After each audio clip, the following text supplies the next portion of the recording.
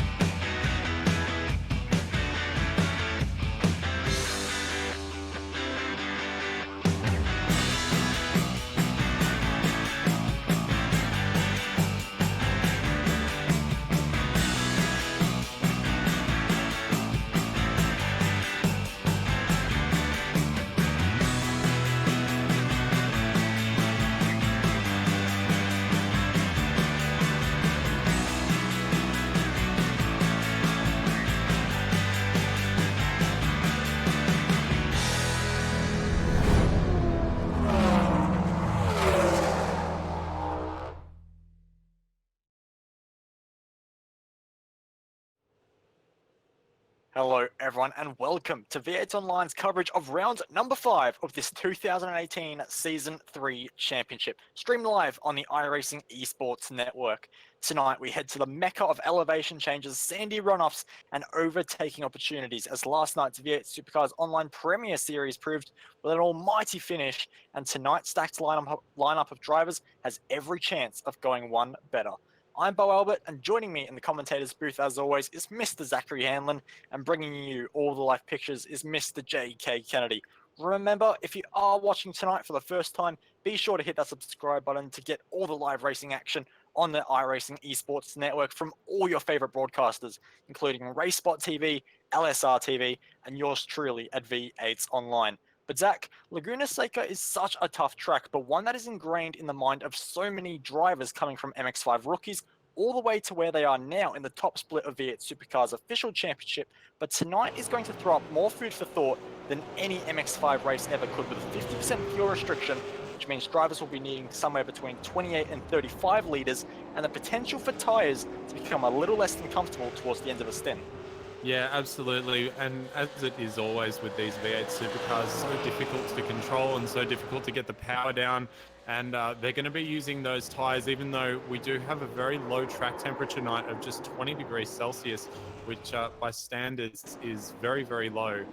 So a lot of guys are going to be having to manage that, and also keeping in mind when they're going to want to come in and get those tyres on, because there is usually a really large disparity in time the longer you go on the tyres. So we're seeing guys hopefully pitting around the midway mark of the race, and as we saw yesterday in the V8 Scops series, there was some fantastic racing, and I think with a lot of guys still being in a lot of very well practiced from yesterday, I think they'll be putting all that knowledge to good use tonight. Absolutely, and one driver that is doing that is Jared Filsell, current championship leader, currently holds the pole position ahead of longtime rival and driver that has not got a lot of practice from V8 Scops, Josh Rogers, coming back into the V8 Supercar and immediately on the pace, just half a tenth of a second off pole position currently, with Sam Blacklock lining up third as well. So a lot of very quick drivers towards the front of the field on what is a very cool track, lining up at 20 degrees track temperature, so the drivers are punching out times so much quicker than they were last night, which is fantastic to see, as we still have a few drivers completing their second laps, including Scott Larnack, who makes the run out of the final corner and heads for the start-finish line to put himself from 31st on the grid to jump up to 21st. So a good effort there, and still has one more lap on the clock, but won't be able to get that in with the time remaining. Only 8 minutes to get your time in, and Scotty unfortunately just missing the mark a bit there, Zach. Yeah, well, you got to make sure that you get all your bits together and make sure you have enough time to get everything done. And unfortunately for Scotty there, he's not managed to do it, but he's still continuing around, and he'll want all the practice that he can get, because even though he's been doing the other races this weekend, this track temperature is very cool, and it might not be something that he's quite accustomed to, and you've got to learn how the setup with the car you have works with those track conditions, because it can vary massively. You can make many different changes to the car based on the track temperature, and so he might, after this run, decide that the car's a little bit loose. Looks like, from what I'm seeing at the moment, the rear is stepping out quite a bit, so he might decide to go and soften up the rear bar or something like that. Obviously, they have things like that they can adjust on the fly as well to help, but with a big car grid of 32 cars tonight, he'll be wanting to make sure that he has that thing all the way tuned up so that he can make his way through from 21st, that's for sure. Absolutely, but one driver not starting from 21st is Jared Filsell, who will kick things off from pole position tonight ahead of longtime rival Josh Rogers. Sam Blacklock lines up in P number 3 ahead of Jordan Ross on the second row of the grid, with Wayne Burke making it 2 Synergy Sim Racing cars in that top 5. Forza Alnabi joins him on the third row of the grid with Stuart Vaughan, who is very, very lucky to make it back into the session after a bit of an issue in practice. And Thomas McMillan lines up in P8 with Brett Loxton and Cooper Webster, your top 10. Yeah, then we've got Riley Blythe lining up in P number 11 alongside Corey Preston, number 12. Adam Hyland will start out of 13th next to Brian Borg in 14th position. Kyle Stokes in 15th with Matt Deere on the 8th row of the grid in 16th position. Steve Jansen in 17th. Benjamin J. Smith in 18th position. Jordan Pruden's going to start out of 19th, and Jacob Knight will round out your top 20.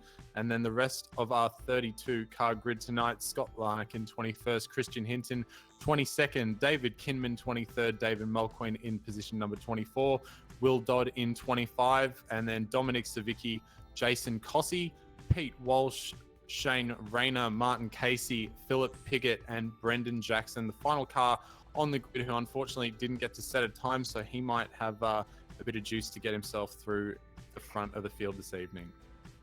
Absolutely, the Velocity Sim Racing driver with a lot of work to do from that far down on the grid.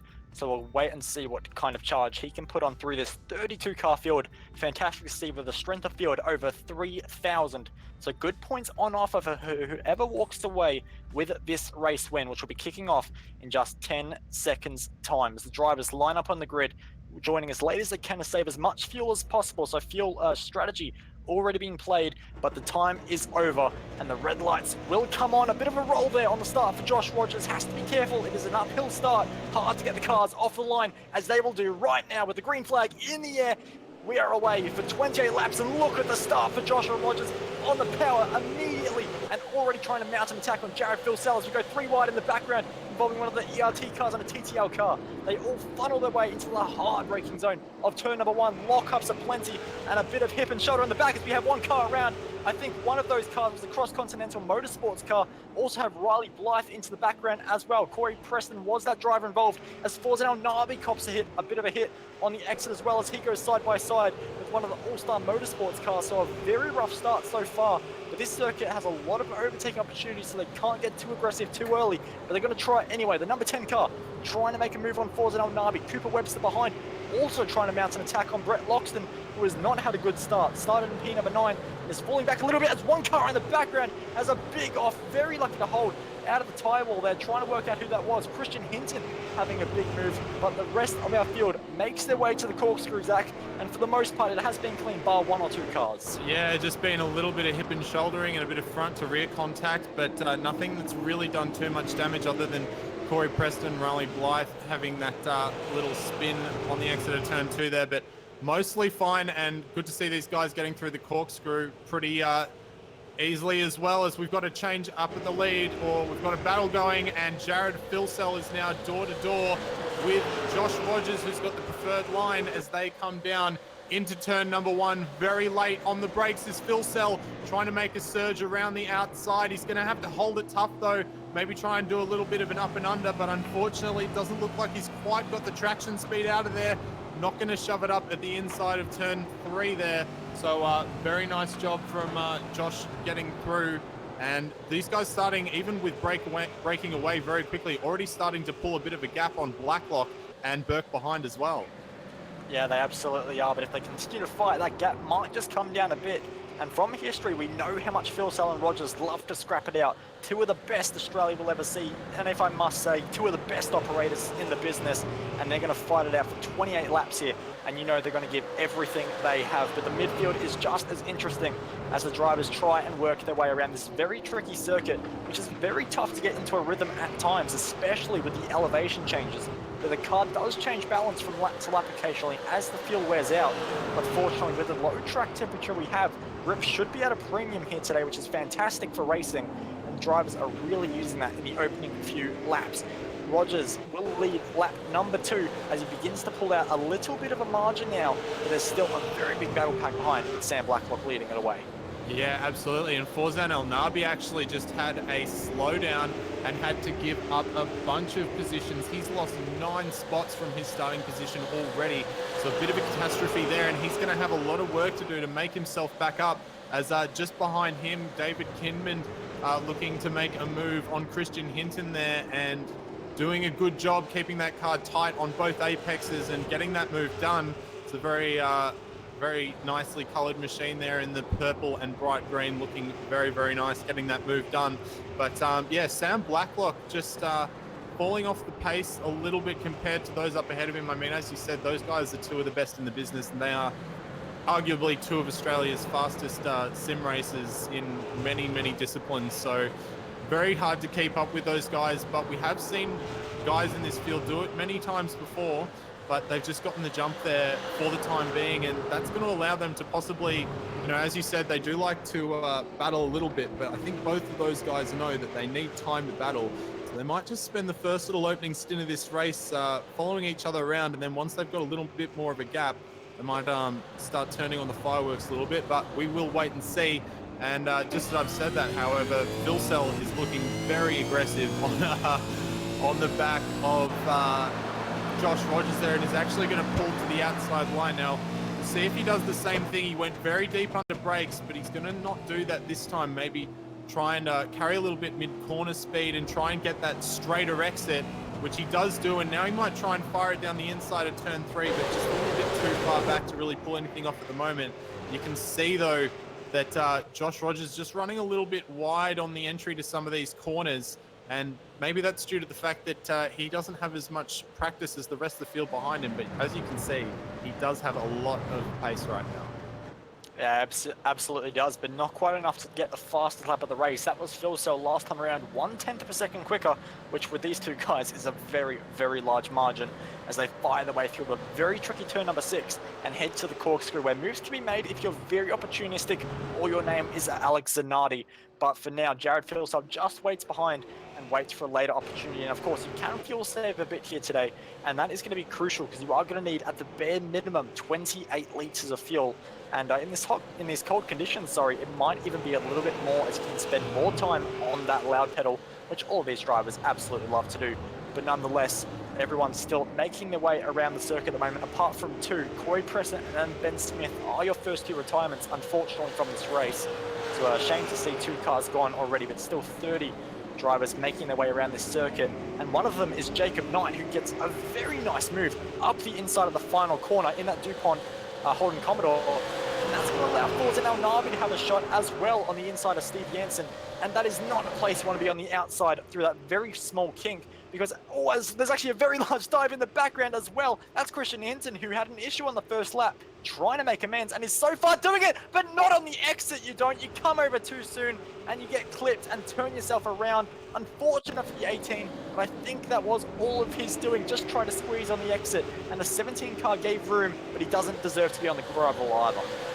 No, that's unfortunate, but you know, I mean, when you make a mistake early on in the race and you've got to start taking positions, that's always a risk that you put yourself into. And unfortunately for Hinton there, it hasn't paid off, but David Kinman, still gets to circulate and will try and catch back up to this battle pack with Steve Jansen, Forzan El Nabi, who's looking very aggressive on Jacob Knight, who put in a good move before. And Forzan's got a lot of work to do as well. He's made up a couple of spots, but still very, very far down from where he qualified. So he's going to have to use canvas these corners to try and propel himself up through this field, as he's going for a little bit of a dive.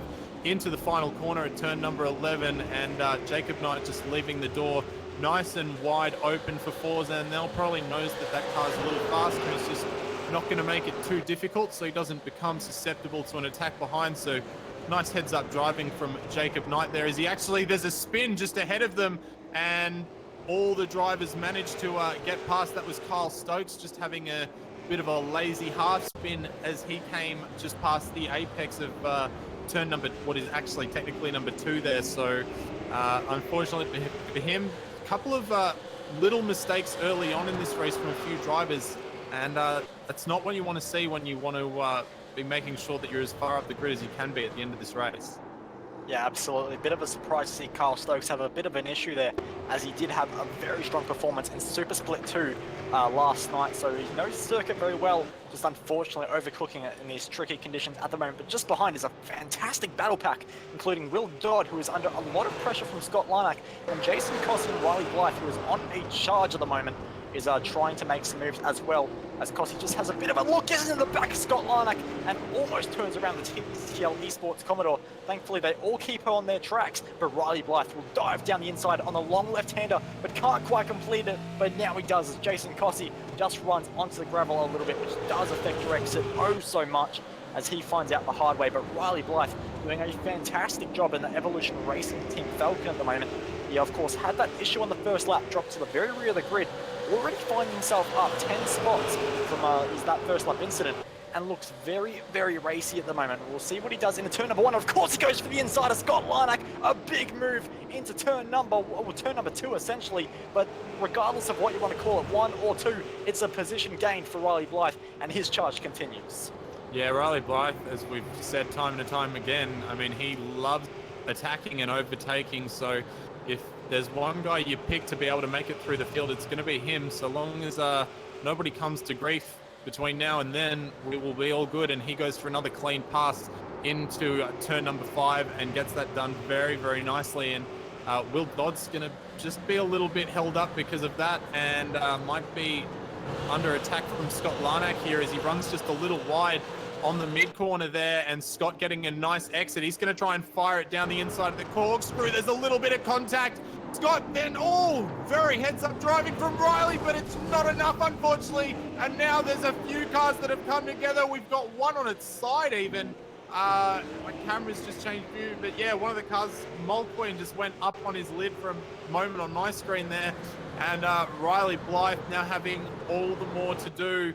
And yeah, that was just a very unfortunate incident there. Scott Lynak just locking up a little bit as he came down into the corkscrew there. And Riley Blythe did see him coming and actually did make a little bit of an avoiding maneuver, tried to run a little wider at the apex, the first part of that, but it just wasn't enough and unfortunately got spun there. So after doing all that hard work, he's got to make his way through this battle pack all the way again. Yeah, absolutely, and it's so easy to lock a brake heading over that elevation change, because of course as you go for the brakes, the rear of the car is lifting, so it's very easy to swap hands. The two drivers that are not having any issues of the such are Josh Rogers and Phil Sell, who continue to build an enormous lead, 3 seconds now over Sam Blacklock and P number 3. So these top two definitely have a lot of space to play with right now, and a lot of strategy elements can come in because there's no pressure from behind. So you can attack on track if you wish, or you can save fuel. But we know Jared Phil, he's going to attack on track if he gets any opportunity. And a few opportunities have came in the last few laps, but he just hasn't been quite close enough to get a move done. The gap over the start-finish line will stand at 0.3 of a second, but you can be sure that will ebb and flow over the next 20 laps in this race. And just while we do have a little bit of a lull in the action as the drivers run around, be sure, if you haven't already, subscribe to the iRacing Esports Network, a fantastic new platform for all your favorite broadcasters. And if you do subscribe, you will get all of that action delivered right to your subscription box. So be sure to do that. But meanwhile, there is a very, very good race happening on track. And just looking for our next little battle to break free, which does seem to be happening almost every lap around Laguna Seca, as Brian Borg has Adam Highland for company at the moment, as they're battling their way through the long right-hander. And we'll see if any moves can come from that in the next few laps.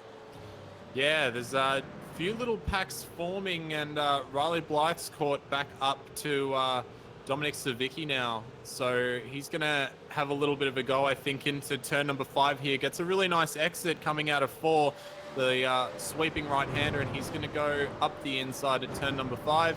And job nicely done there. But he's lost a lot of time to the pack up ahead now. So even if Riley Blythe does make it through this next little pack of cars, there is a monumental gap. It's almost pretty much 10 seconds back up to the 12th position nearly. So he's going to have a lot to do from there. He's currently 31 seconds off the lead, and David Kinman in 15th even is 22 seconds off. So he's going to have to make up a lot of time there.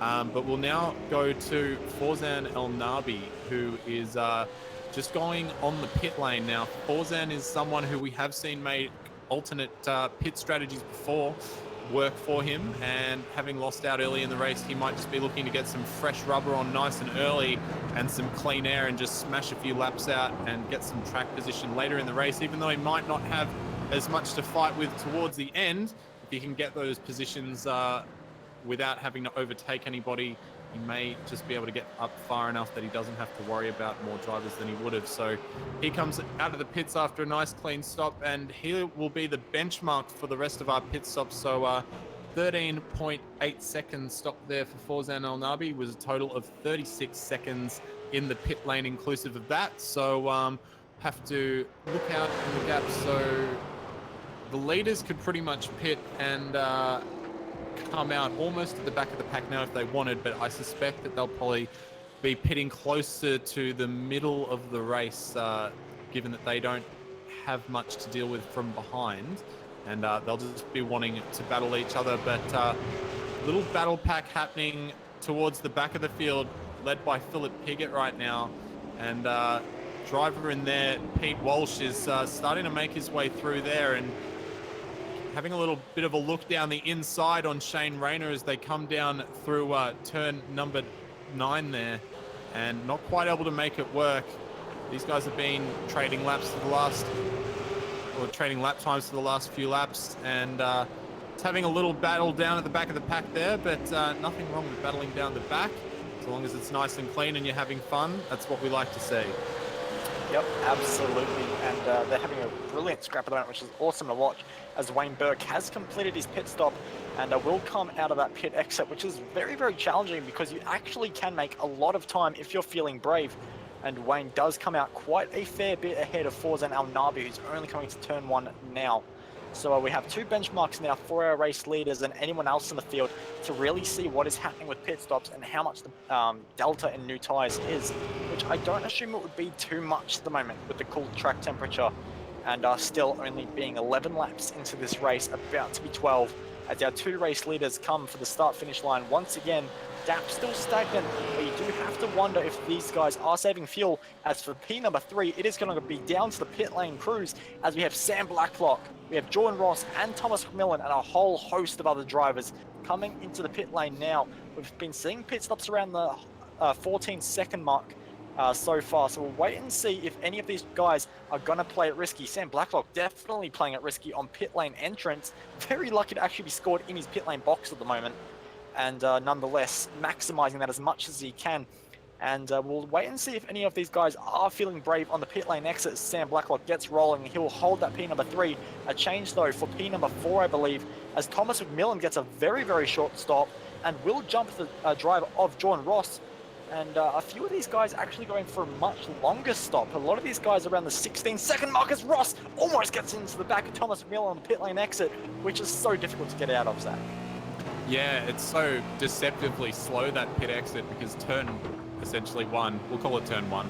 Turn 1 is it's such a slow corner, and then the pit exit is even tighter. And I know the first time I go out in any car I haven't driven in a while, it's a bit weird. But Sam Blacklock now coming in under Wayne Burke and giving him a push through turn number 5 there, and Wayne Burke gets shot off the circuit and almost up onto his side as they came through there. So a bit of a hip and shoulder from Sam Blacklock as he came through, and that's job done for him. So where did Wayne look? Oh, yep. So the leaders are starting to come in now, and I really thought that they would have held off a little bit longer. It's only been about, from what I can see, it's only about a half-second delta in the lap times for the new tires, which isn't as much as we would normally see. But the leaders deciding once everyone else has come in from behind, that's just too much of a risk, and they're going to both come in, or actually only fuel cells come in. So time for Rogers to get the hammer down and maybe go a couple of extra laps and try something different for him. But it does seem like the rest of the field mostly is coming onto the pit lane if they didn't in the last lap. Yep, and you would have to assume that Rogers is going to be diving in this time around, and he's pushing extremely hard, blocking the rears into the corkscrew. So we'll wait and see what Rogers does this time around. But very interested by the pit stop times. Of course, at the start, we thought 14 seconds would be the delta. Drivers around the 16-second mark now, so we'll wait and see if Forza and Nabi will be okay on fuel, as we'd still have a few little battles happening on track. Martin Casey, one of those drivers who is under a lot of pressure from Cooper Webster, as Josh Rogers does indeed come into the pits, and Cooper Webster does indeed dive to the inside and gets that move done. But we'll keep our attention on the Rogers Cell incident. Well, not incident, but drama, as they will come out of the pit lane. This time around, Phil Sell making his way through the long left-hander, just the 2 corners to go until he can finish this lap. And here we'll see Josh Rogers very slowly trundling out of that pit lane. It was 15.4 seconds for Phil Sell in the pit lane. What will Rogers do in the pit lane? Still waiting, 15.8, so it's 0.4 of a second slower. The gap was 0.4 of a second when they were on track.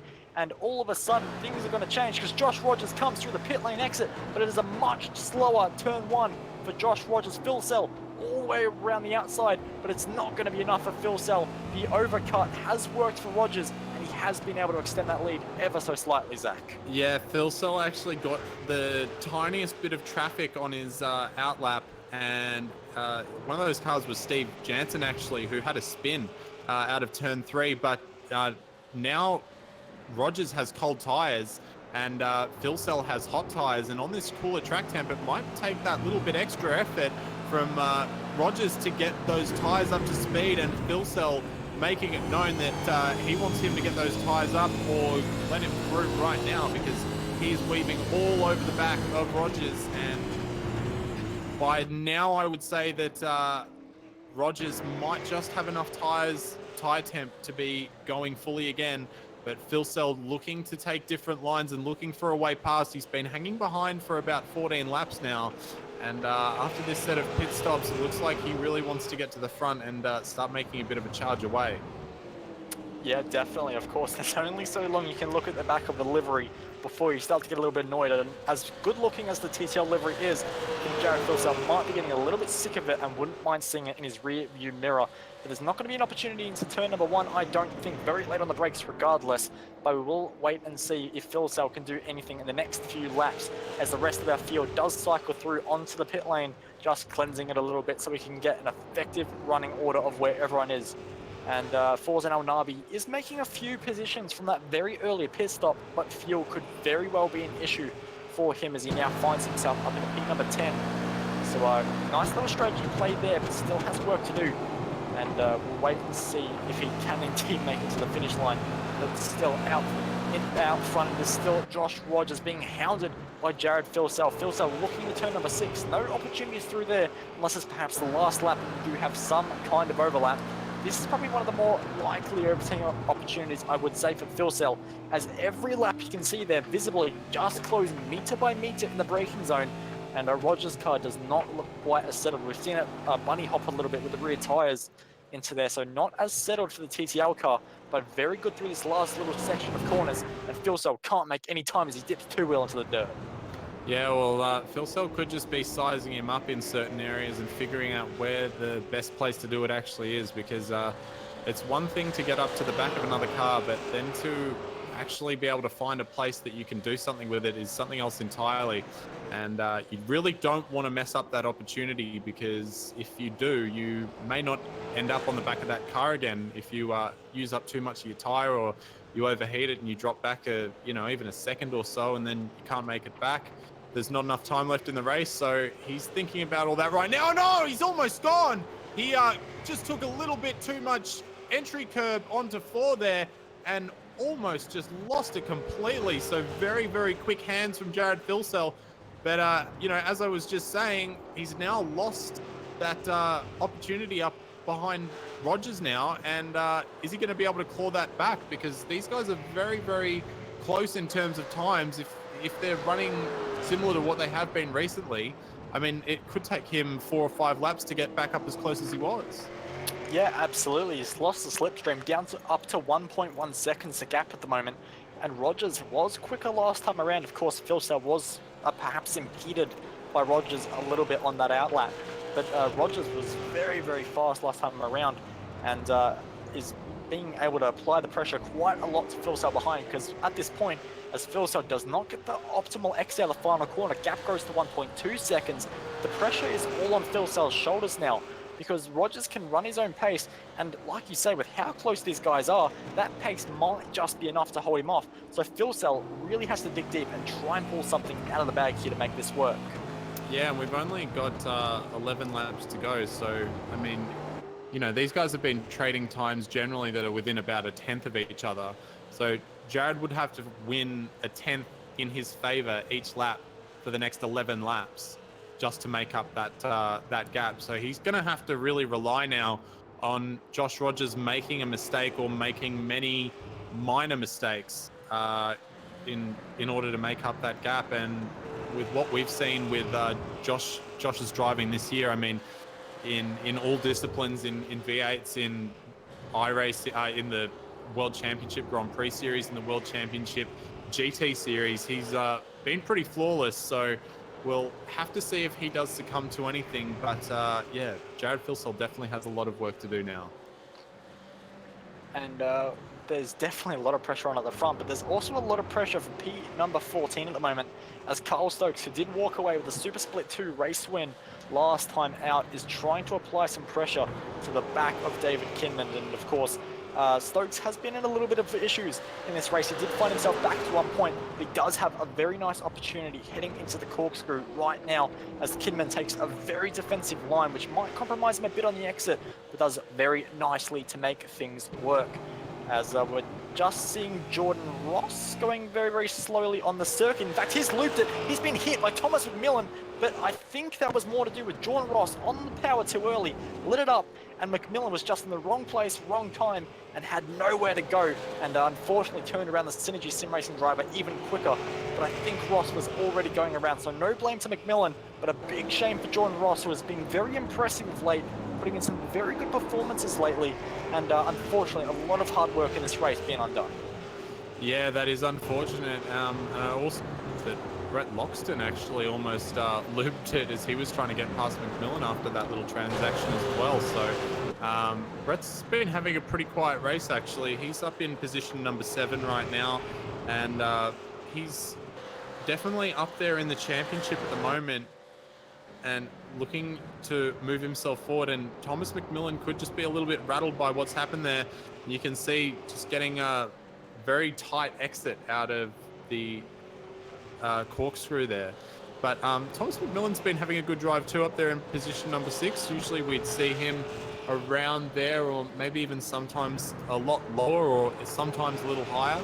Hasn't had the most consistent drive this year, so good to see him up in position number 6. But I've also noticed that Riley Blythe has been doing a really fantastic job of catching up to the group ahead of him. I said it earlier that he had a 10-second disadvantage to those guys. Well, that has dropped dramatically. It's only about 2 seconds now, and he'll be looking to get past those guys of Kyle Stokes and David Kinman up ahead of him in just a couple of laps.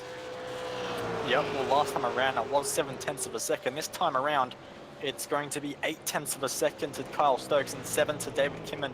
So Riley Blythe just absolutely hammering out the laps at the moment, doing a fantastic job in that Evolution Racing Team car. And Riley, I've got to say, I think a lot of this lap time is down to the fact you're not using purple rims today. I think you should keep the black rims. Trust me, it's faster.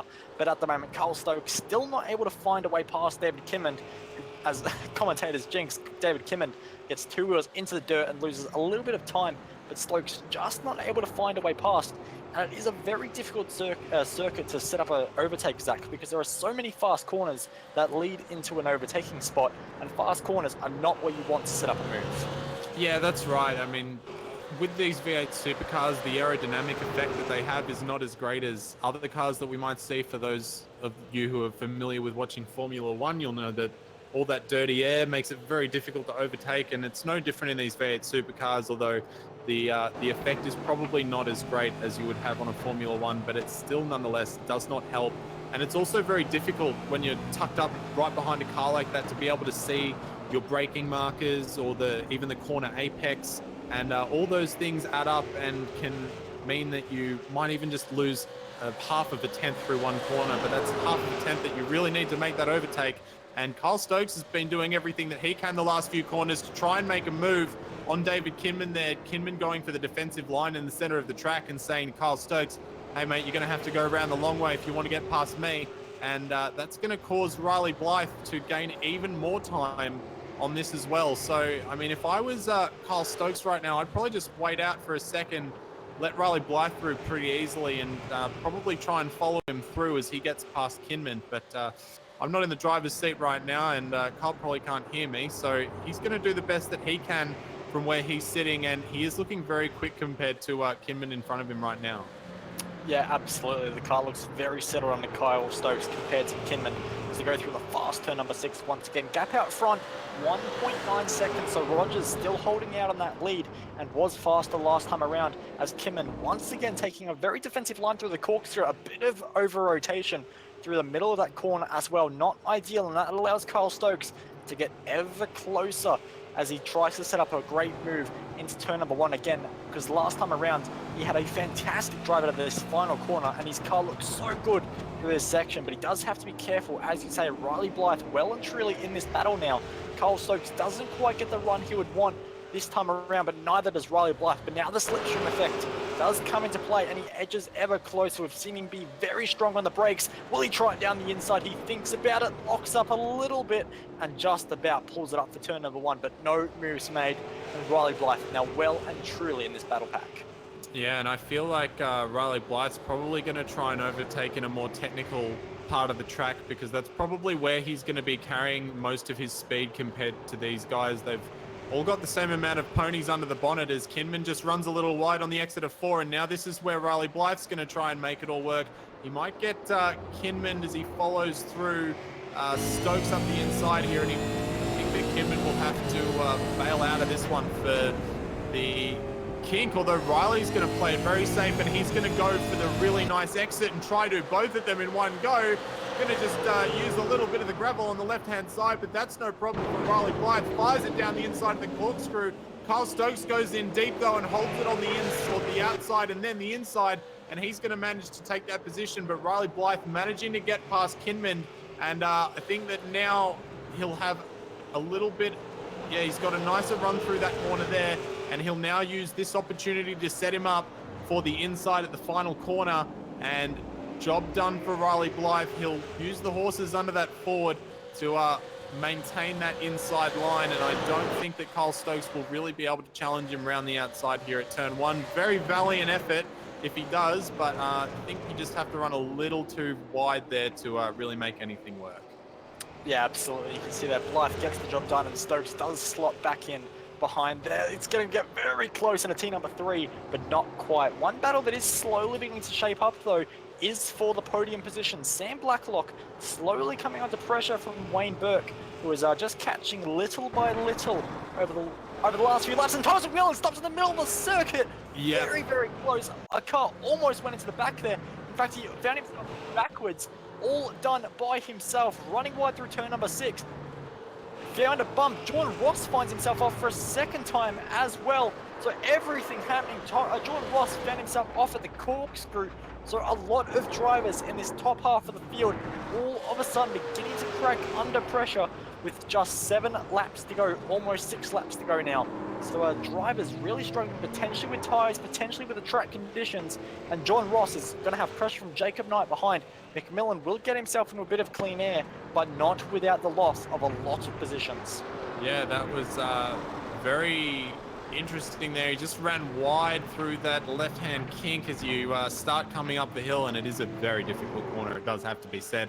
And just getting on the grass there, and I think that Jordan was probably trying to keep an eye on, there was a car that it was Benjamin Smith who had gone off when he was trying to avoid McMillan in the road, and he was actually cutting across the corkscrew, and maybe just a little bit of a distraction for Jordan Ross there, causing him to lock up and nearly take into the back of, I think that was Cooper Webster, who he was battling with at the time. So Webster managed to make it through unscathed, and we will now take you to that battle for third, which we were just starting to tell you about, as Wayne Burke has been putting in some very nice laps. Last time around, they were trading lap times and they were within a tenth of each other.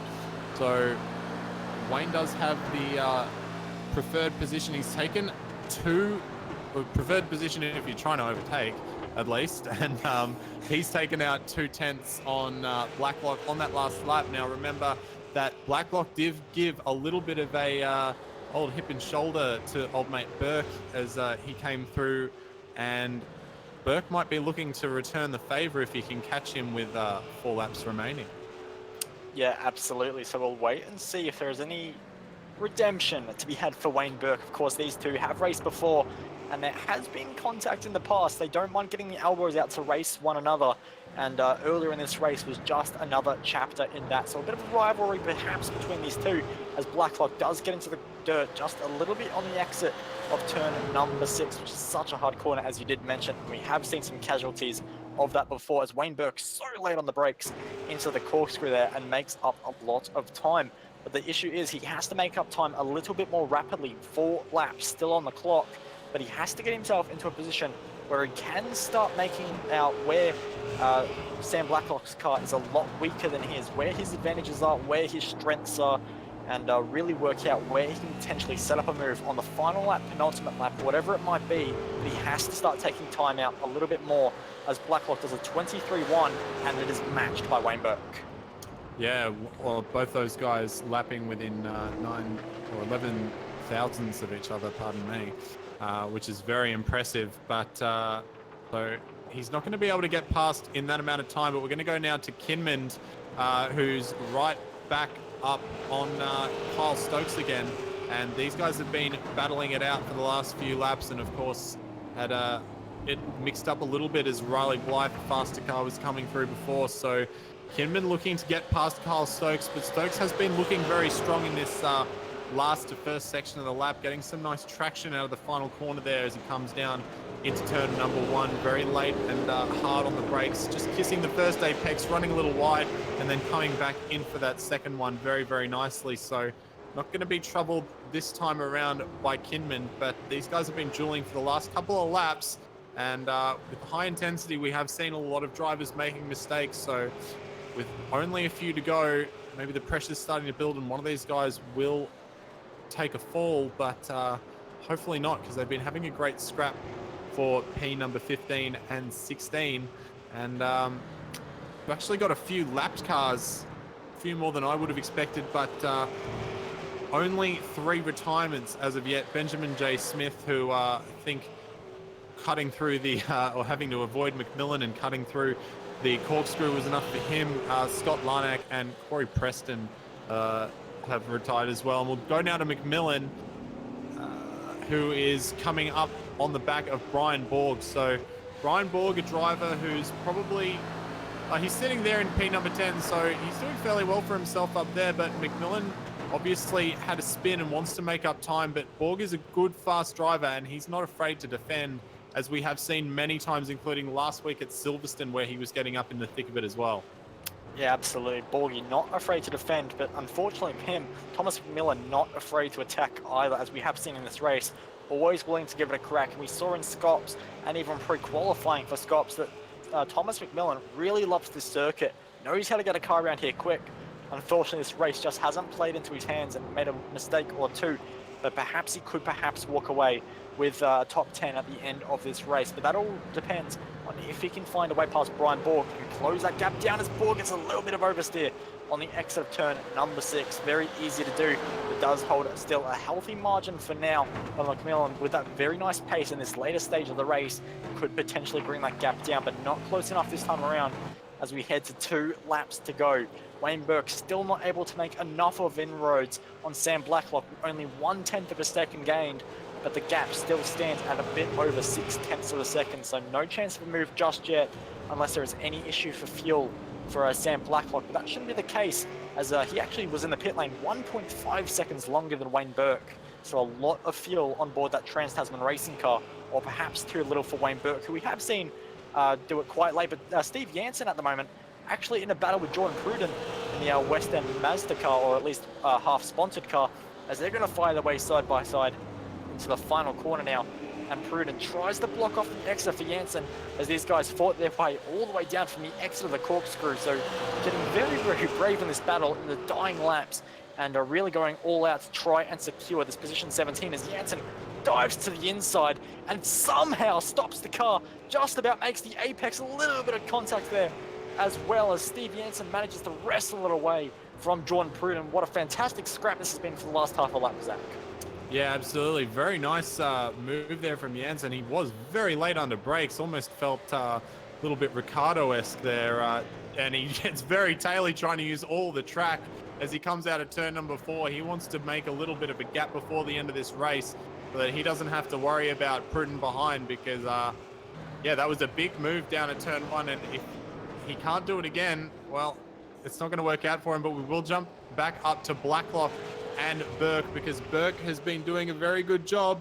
He's closed in another 2/10 of a second, and the gap is now only 4/10. As there's an accident ahead of them, they're both going to have to go right, and that's actually going to help out Wayne Burke, because Burke's going to have a nicer run through this corner. But yeah, that was a big off for Pete Walsh there.